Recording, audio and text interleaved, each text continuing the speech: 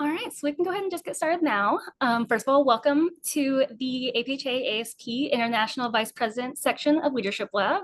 Very excited to have you all joining us tonight. So to go ahead and start, my name is Caitlin LaCour. I am chair of the International Standing Committee as well as National Student Exchange Officer for IPSF, and I go to the University of Texas at El Paso. Fortunately, Lino is stuck at work a little bit late, so he's working on getting his way in, but Lino serves as our Student Exchange Officer-elect and Chair-elect of the International Standing Committee. He's from Lipscomb University, and then I will go ahead and pass it off to the rest of the team to introduce themselves. Hello, everyone. My name is Ahmed. I'm the National Project Coordinator from Virginia Commonwealth University. Hi everyone, I'm Joe Brady. I'm the National Contact Person, and I'm from the University of Kansas.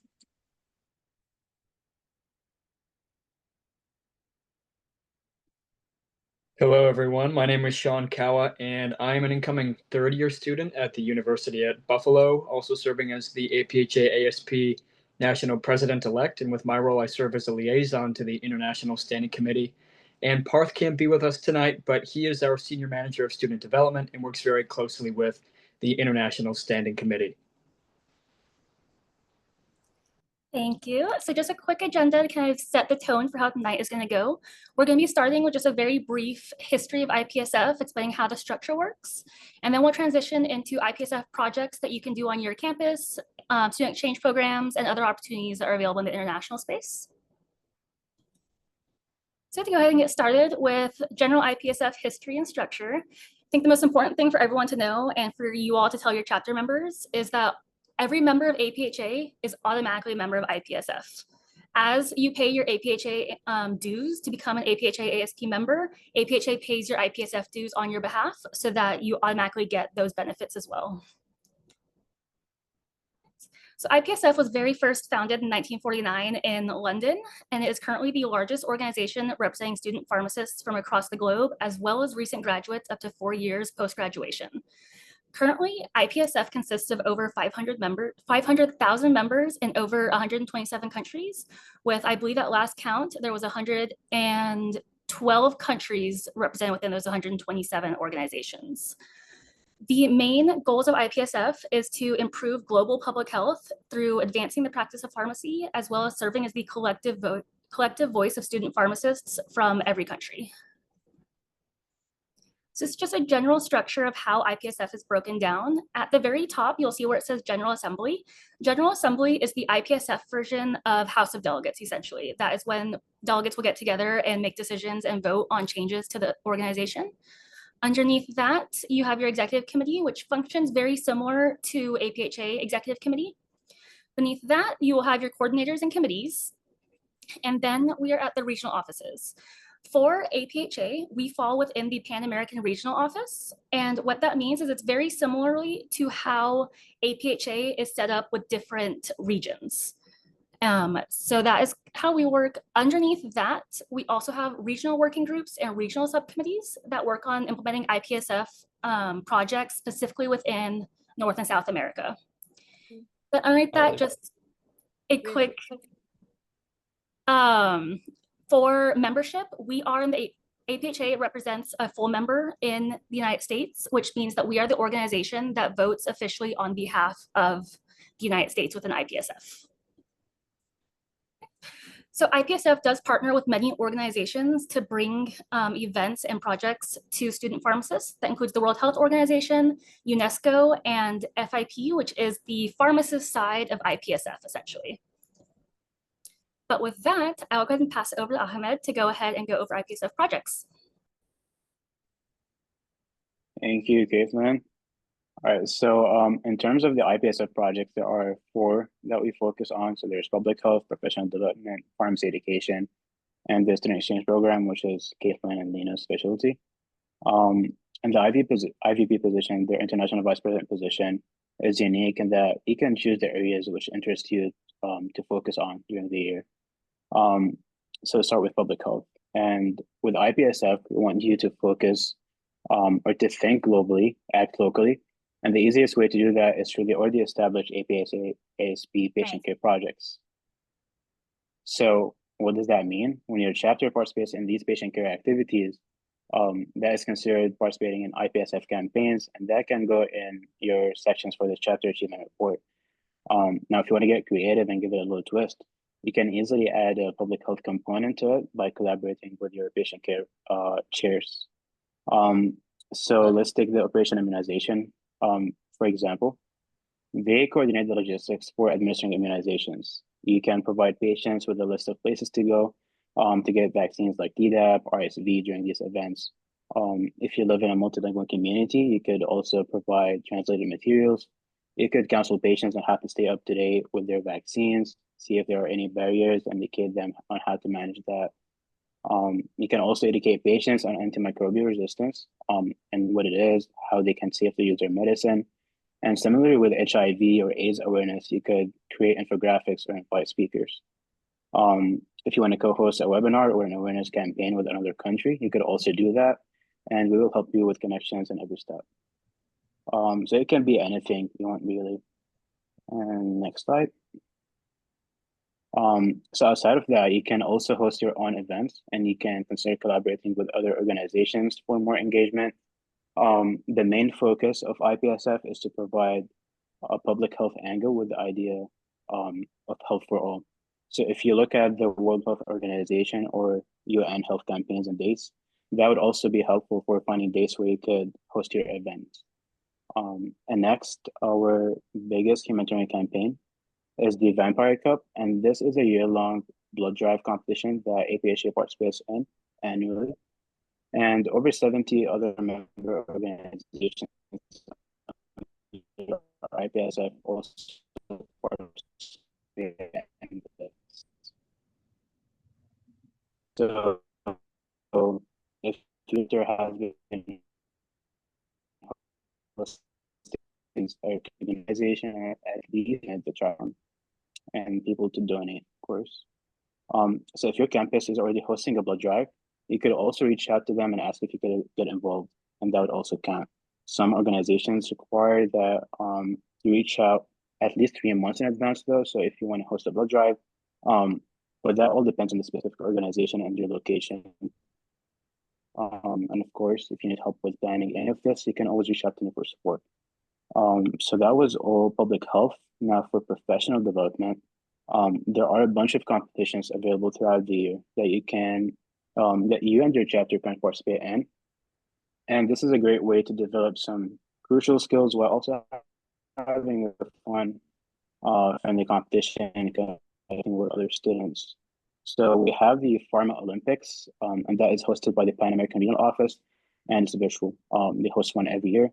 And there are many categories. So you have the clinical skills, industrial, compounding, counseling, and advocacy. There's also the one hosted in person during World Congress, and that's in Kenya this year. And that's the Safari Pharma Quest you see there, which also has the same categories.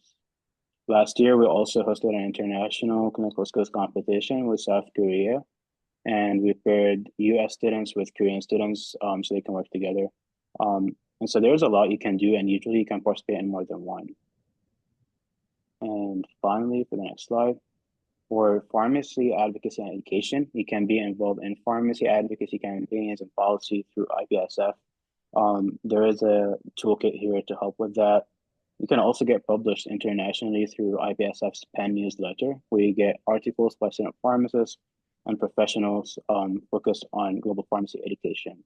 There's also Future, which is a more scientific magazine, and that's designed as a platform for students and recent graduates to publish research papers, abstracts, reviews, all of that. They both have specific themes and different requirements. And so if you want to submit an article, Future is actually submitting, actually accepting applications or submissions now through September. Okay, I know that was a lot of information. I hope this was helpful. And again, I'm here to help. So if you have any questions about any of this, feel free to reach out to me anytime. And I will pass it on to Joelle or Caitlin. Caitlin. I'll pass it on to Caitlin. You're good, thank you. All right, so we're gonna go ahead and switch gears a little bit and switch into student exchange program. So the Student Exchange Program is a program through IPSF, where IPSF partners with over 70 member organizations in a variety of countries. Some of those countries will have more than one organization participating, but for the United States, APhA-ASP is the only organization that participates in sending and receiving exchange students through this program. And then for each member organization, so for APhA, the amount of students that we are allowed to send out on an exchange is based off how many students we accepted the previous year at a host site. That being said, we're going to talk a little bit about how to establish a host site at your campus so that we can start sending out more students. But if you are interested in going on a student exchange program, there are lots of areas of practice that we can get you set up with. The program is very much designed to try to make as individualized as we can. So there's opportunities in community, hospital, clinical, industry, academia, informatics, and they will last anywhere from 2 weeks to 3 months between May and September. And once again, that's going to be based off how long you want to go and then what availability is at the site. There are some requirements for some sites that you would have to meet in order to apply. You can find those at the website that's on the screen, but the most common one is going to be a language requirement, depending on what country you are visiting. If you would like to apply to participate in STEP, or if you have a student who would like to participate in STEP, our application period is from September 1st to November 1st on the APhA website. There is no application fee required to submit that application. And then as soon as it opens, the link will be sent out and also available on the website for you to access. From there, between November and December, we will go through all those applicants and we will inform the selected applicants how to complete next steps. And at this point, there is an application fee of $65 to pay to IPSF in order to rank your 3 countries and get your application submitted. Right, and then moving on to becoming a host site. Real quick though, before this, I do just want to mention for student exchange program that the funding for student exchange program would be up to the student. There are grants available to apply for, and those work through IPSF retroactively. So if you went on an exchange and applied and got accepted for the grant, you would not be reimbursed until the next year when the STEP cycle begins. But moving on to becoming a host site. So the more host sites we have, the more students we can send out. So we encourage you, if your chapter is willing, to try to establish a host site, and we're happy to make that work with you. But first steps would be to get approval from your chapter advisor, from your school administration, and the rest of your team. And then you can elect a local exchange officer. We'll go into what a local exchange officer is in a second, but that can be either your IVP or you can elect a new person for that position. So host site applications are due January 30th, and the link is already available on the website as well as on the screen. So like I said, your local exchange officer can be IVP or it can be someone else. That's going to depend on what you think would work best for your chapter. But the main responsibilities would be to be the liaison and the point of contact between incoming students to your campus and the International Standing Committee. So your main responsibility would be to manage the host site, handle accommodations, communications, shadowing, and welcoming and social events. Those duties do not all have to be done by the LEO, and we highly encourage you to form a team and to delegate those responsibilities. Some of the expectations of becoming a host site, we ask that you establish accommodations there, preferably low to no cost, but because this cost is put on the exchange students. Your chapter is not responsible for the financial aspects of bringing a student in. That would be on the exchange student's responsibility. But you would be responsible for providing at least 40 hours of shadowing experience. They will not have a license to practice, so they can only shadow. And then from there, mostly planning social events and fun activities to do to get them connected with APhA. Right. So then if going out of the country is not an option for you or just something you're not interested in doing, we also have virtual student exchange programs that you can do from Zoom from the comfort of your home. APhA National will host one in the fall, one in the spring. That will be announced soon, but your chapter can also organize a virtual student exchange program if there's a country that you're interested in working with. These are generally always conducted in English, at least when APhA-ASP participates, and you also get a certificate for participating in the virtual student exchange program afterwards. So it's a great way to get involved. We always recommend downloading WhatsApp for all IPSF and international projects because it's a great platform to talk to people internationally. Then keep an eye on the website, the Instagram, and the GroupMe for when dates of those exchange programs virtually will be announced. but I will pass over to Joelle now. Okay. Hi, everyone. I know it was a lot, but we're gonna keep chugging. So I know all of you are already involved on at least the local level, but there's a lot of opportunities to get involved even above that. So I just wanted to go over them here. So there's the international VP. Caitlin just talked about the local exchange officer. There's also IPSF committees, and we can talk a little bit more about that later. Or it also may be, for example, like if you have an IVP, then you could be on that committee underneath them. So there's a lot of ways to get involved locally. The length of that position is usually just 1 school year. If you're interested in serving on a national level, also an APhA-ASP national level, all of our positions are up for grabs next year. So if any of you are interested, I'm the contact person, Ahmed's the national project coordinator, and then we have the student exchange officer elect position opening. That position runs from March to March. So it's APHA annual, so it'd be APHA annual 2026 to APHA annual 2027, if anyone's curious. Next slide. Okay, so it's the same way that APHA has regional delegates, like 8 regions. The IPSF, or globally, we also have regions. So Caitlin talked about it a little bit earlier, but we're part of the Pan American Regional Office, so PARO. So you can kind of see that all highlighted in blue. That's all of the countries that are included in our region. So in the same way that we have regional delegates, they also have regional working group as part of PARO. There's a chairperson, a secretary, which, by the way, if anyone is interested in that, the application is technically due tonight. So reach out or ask questions about that. And then a couple other positions. That position runs from June to June, or I guess it's technically July, but it runs from PARS to PARS, and we'll talk about what PARS is a little bit later. And then there's also subcommittees for that as well. Now think big APHA, think about Sean and Ellie and all of them. They serve on big APHA. You can also serve on big IPSF. There's plenty of those. That length of the position is from August to August, which is World Congress, which I'll talk about in a couple slides as well. And when you think about that, just think about APHA annual, but kind of on a global scale. Okay, so the conferences that you probably are confused about because I haven't talked about them yet, we're going to cover them here. So IPSF PARS, that's the Pan American Regional Symposium. It's basically like APHA MRM. This year it was in Playa del Carmen, Mexico. It was the 24th to 28th.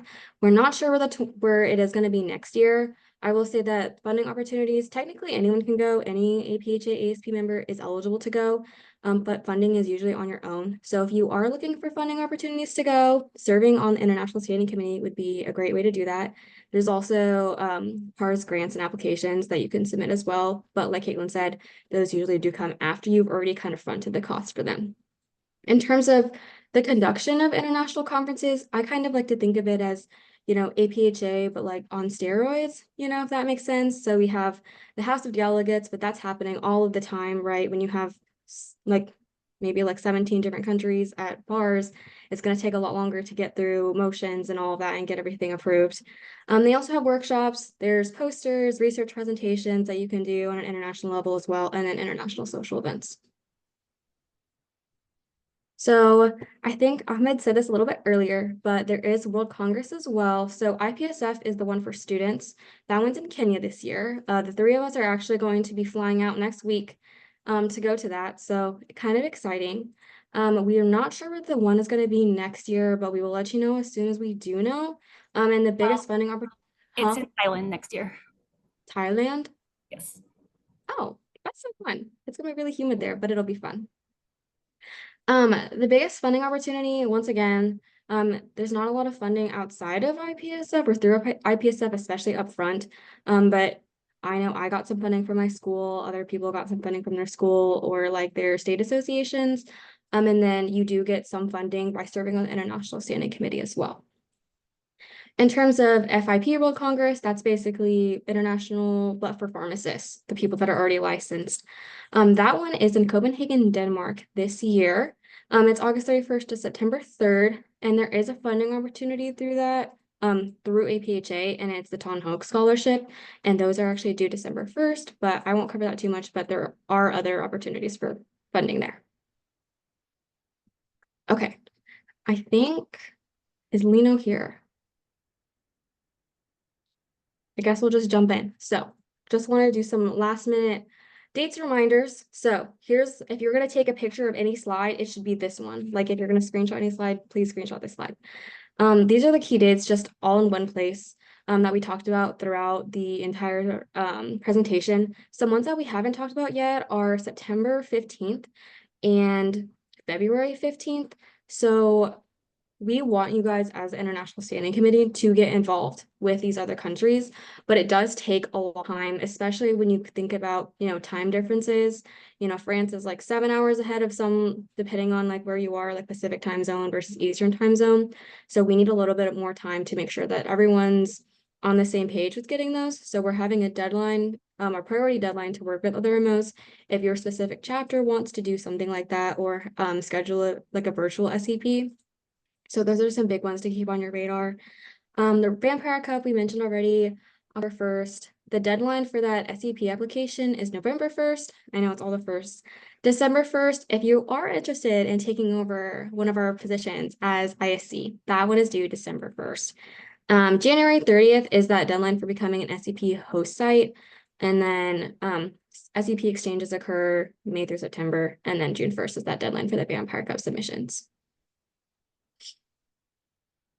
I think it's kind of cut off because of the PowerPoint. If you are interested in working with any of those or any other countries, feel free to reach out to me. My email's down there. It's also going to be on the last slide.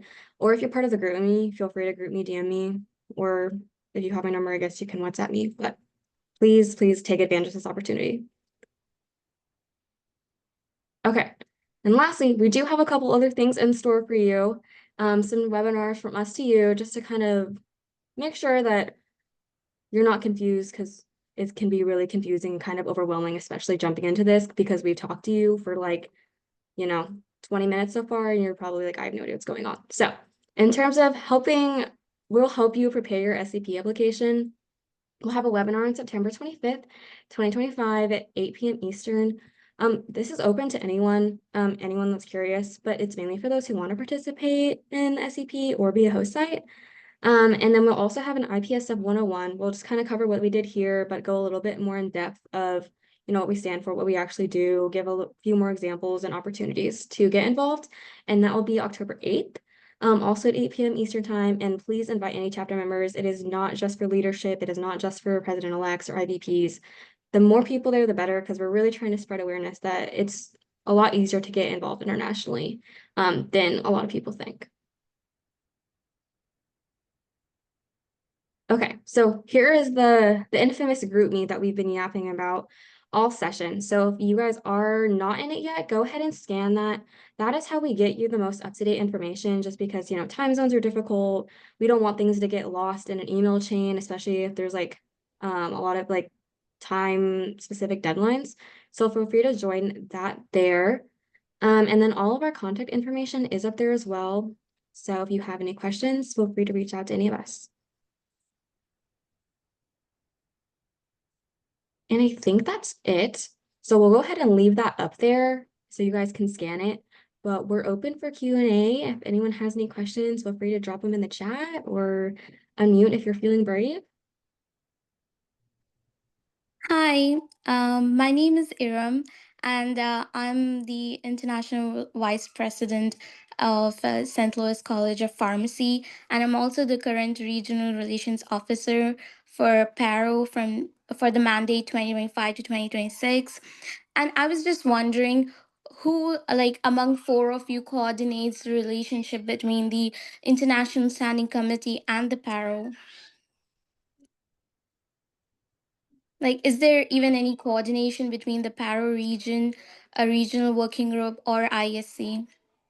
That would be me. That is my job. I kind Okay. of, yes. So to preface, I kind of connect people with people. So if you're not sure, for example, like, oh, I want to work with a country and I don't know who, you would come to me. I can connect you with people. We do have a contact person GroupMe. So basically, I'm the contact person, and then every single other contact person that's in IPSF, we're all kind of in the same group chat. So that would be me. Or if anyone else needs anything from any other country, we would go through me first. Oh, that's nice. Nice Yeah. meeting you then. Yeah, thank you. Nice to meet you.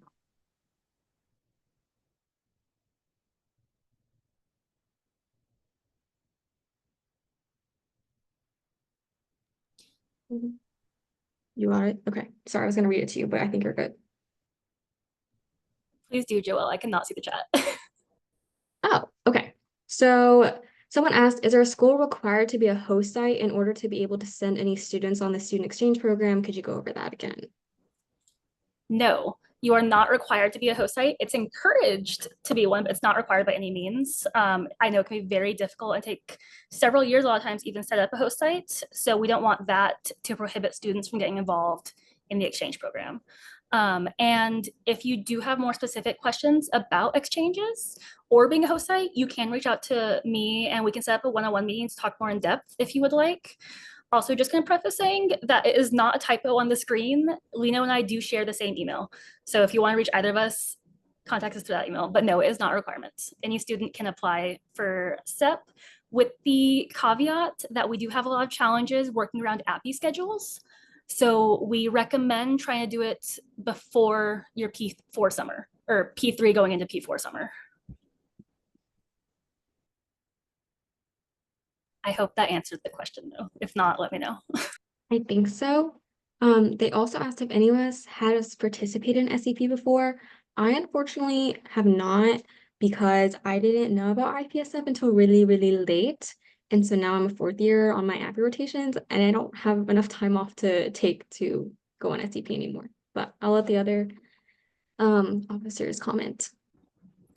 I have also not personally gone on exchange. I started my position end of my P1 year, so I did not have an opportunity to do so. But from hearing the experiences from other student exchange students, if there's specific questions about how it all functions, we can answer that. I will say experiences vary greatly depending on what country you choose to visit.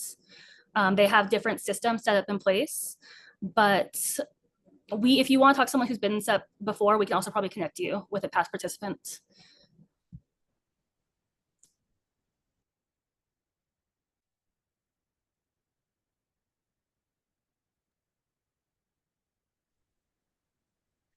I have also not participated. I was waiting for you to take the other question. Okay, and there's one more, or there's two actually, so I'll start with the first one. Mina said that our school's a host site, but when they asked their last IVP, they said it was canceled due to recent diplomatic issues with many countries. Is there any update for that? Could you mention what school it is? Right now, a lot of our, we have had some cancellations due to the current diplomatic situation. It's only affected a few individual schools, though, based off choices that their administration made for the interest of their campus. And it has not affected the program as a whole. We have been in close communication with IPSF and with our incoming students who will be coming to different host sites. But as of right now, it's really a school-to-school basis. The overall program has not been affected. Thank you. University. I'm sorry, it cut out in the middle there for a minute. Could you repeat that? It's Midwestern University. I believe you said Northwestern. If that's wrong, you can correct me. But if I am remembering correctly, that was a decision made by the school administration after consulting their legal team. And that was for that campus specifically. Thank you. And there's a question about which international positions are available now. I'm going to put that in the chat.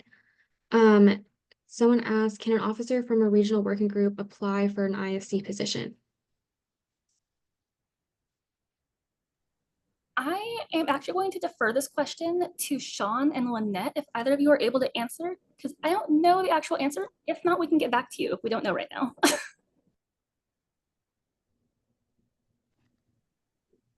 Yeah, I also am not entirely sure about that particular answer. Lynette, do you have an answer for that student's question?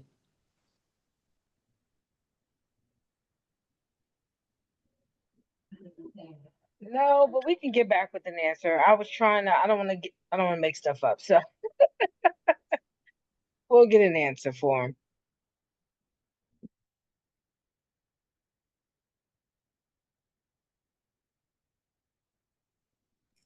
And I just saw the message in the chat about more information on the VSEP. More information should be going out around the September-ish timeframe. We make a lot of our connections with the other countries that we will be doing VSEPs at during World Congress, which is happening next week through the following week. So after that, we should have a better idea. But the GroupMe and the Instagram will be the very first places that it does get posted once more information is available.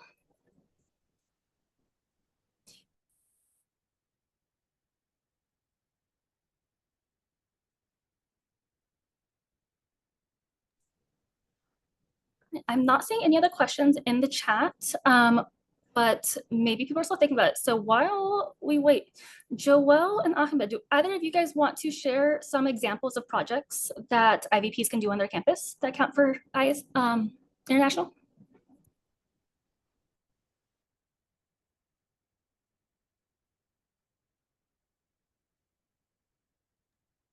Okay. Hello. I know if some of you saw me SLI, I kind of talked a little bit about this. And I'll let Ahmed talk a little bit more about it when he gets his turn. But I think some of you are it's hard to understand what like a public health focus is when it comes to those patient care projects. So the easiest way I think to do it is, for example, let's say you're doing an Operation Heart project, right? You know, you took their blood pressure, you told them what it means, you told them what the goal is, and that's kind of where Operation Heart kind of ends. And where that public health aspect begins is saying, oh, you might need medication, here's a referral to a free clinic, or here's a free clinic in your area that you can go see, or here's a place where you can get discounted medications, right? That's kind of taking an extra step in starting that global health focus, and that public health focus, and just the APHA, but it's something you're already probably doing. So it's not a complete huge amount of effort to, you know, create a whole new event. Some other things that I think you can do is just anything that spreads culture awareness or, you know, cultural competency. Things like, for example, I know, English is the predominant language in the US, but we have a lot of people that speak other languages. And all of you are from universities, so maybe reach out to one of the language schools, right? For example, like Spanish, bring someone in from the Spanish department to kind of teach student pharmacists about like medical terms in Spanish so that they can better understand that or better counsel patients. Or for example, I threw this out to a couple different people, but how does taking your medications change if you were religiously fasting, like during Ramadan? Just things like that. I think that those are all international events, and they're also related to public health and global health and cultural awareness. So those are some ideas for me.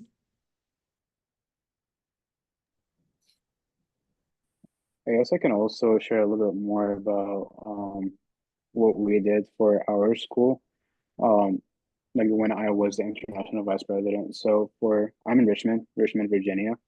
And we have a large geriatric population. So one of the things we tried to do was collaborate with one of the clinics. So we have a clinic called the Richmond Health and Wellness Clinic, which goes to like places where there's elderly populations, and we try to counsel patients on how to get medications, or like how to find cheaper alternatives. For example, like how to use GoodRx when they go to a pharmacy, how they can organize their medications, how to use pull counters, all of that. And we also have a big homeless population. So one other thing we did was collaborate with another organization that hosts a soup kitchen. So we collaborate with the organization, and we try to provide blood pressure checks, do some education about heart health, how to manage blood pressure, what to look out for, what signs to look out for. So my biggest advice would be to like just look at your community and see what the needs are for that specific community, and then you can tailor any project towards that. I can throw in a few more ideas from what some chapters had done last year. One really exciting one that I saw that I hadn't really considered before is there was a chapter that did a collaboration during one of their Operation Immunize events, where they worked with a travel clinic to get more information out about travel vaccines before going on different types of trips. There were a lot of campuses that did like walks for different World Health Days. So there was World AIDS Day walk. I know a campus did World Women and Girls Day walk, different things like that.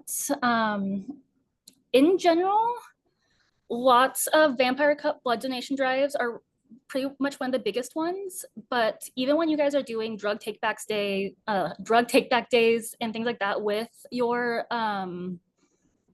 patient care vice president, it's even if you aren't specifically going in with a specific international focus where you're looking specifically at different languages or things like that on these trips, you can still make it a public health event by just tying in, usually what a lot of chapters will do is they will tie in a social media campaign where they will share information on social media about, so we've had some that did diabetes during a healthy diabetes event. There was a chapter that paired it up with a social media campaign where they posted about stats from different countries relating to healthy living and diabetes.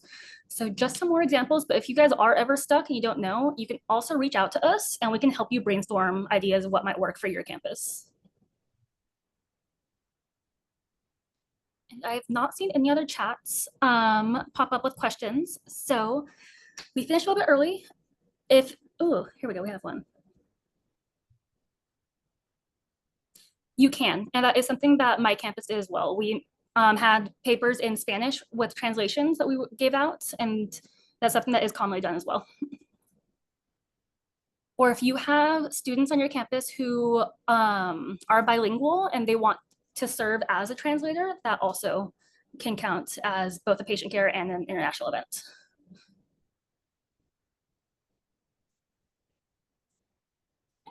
And then if there are any other questions, if there are not any other questions, you guys are free to go. I hope you have a great year as IVP, but we will stay back for a few minutes, answer any last questions you guys have. But besides that, I just want to thank you again for taking on this responsibility. IVP is not one of the most straightforward positions. So we're here to help you every step of the way, and we are very excited to watch you all grow. But have a great night.